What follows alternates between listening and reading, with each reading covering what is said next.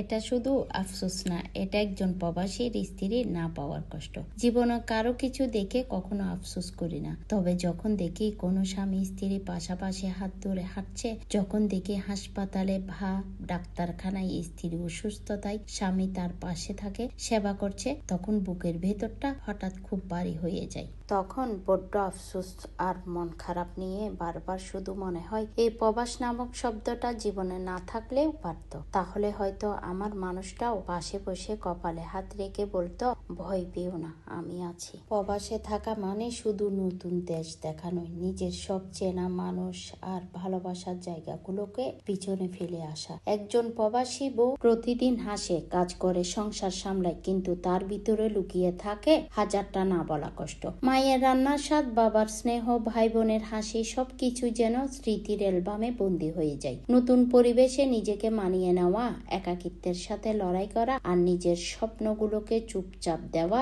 এসব তার নিত্যদিনের গল্প। সবাই ভাবে সে সুখে আছে, কিন্তু কেউ বুঝে না রাতের নীরবতায় তার চোখের কোণে জমে থাকা অশ্রু। তবুও সে হাল ছাড়ে না, কারণ সে জানে তার শক্ত থাকার উপরেই দাঁড়িয়ে আছে তার ছোট্ট সংসার। প্রবাসী বউরা আসলে নীরব যোদ্ধা, যারা নিজের কষ্টকে আড়াল করে ভালোবাসা আর দায়িত্বে দিয়ে একটি নতুন পৃথিবী গড়ে তোলে। তারা প্রতিনিয়ত প্রবাসী স্বামীর অপেক্ষায় থাকে। একজন স্ত্রী যেন নীরব যোদ্ধা, দিনের পর দিন, মাসের পর মাস একা সংসার সামলানো, সন্তানের দায়িত্ব নেওয়া আর বুক ভরা শূন্যতা নিয়ে বেঁচে থাকে। এটাই তাদের প্রতিদিনের বাস্তবতা। হাসির আড়ালে লুকিয়ে থাকে অজস্র কষ্ট। রাতের নির্জনতায় ঝরে পড়ে অদেখা চোখের জল। প্রবাসী বউদের জীবনে ভালোবাসা থাকে কিন্তু ছোঁয়া থাকে না, সম্পর্ক থাকে কিন্তু পাশে থাকা মানুষটা থাকে না। তবুও তারা ভেঙে পড়ে না। ভালোবাসার শক্তিতে, বিশ্বাসের ভরসায় তারা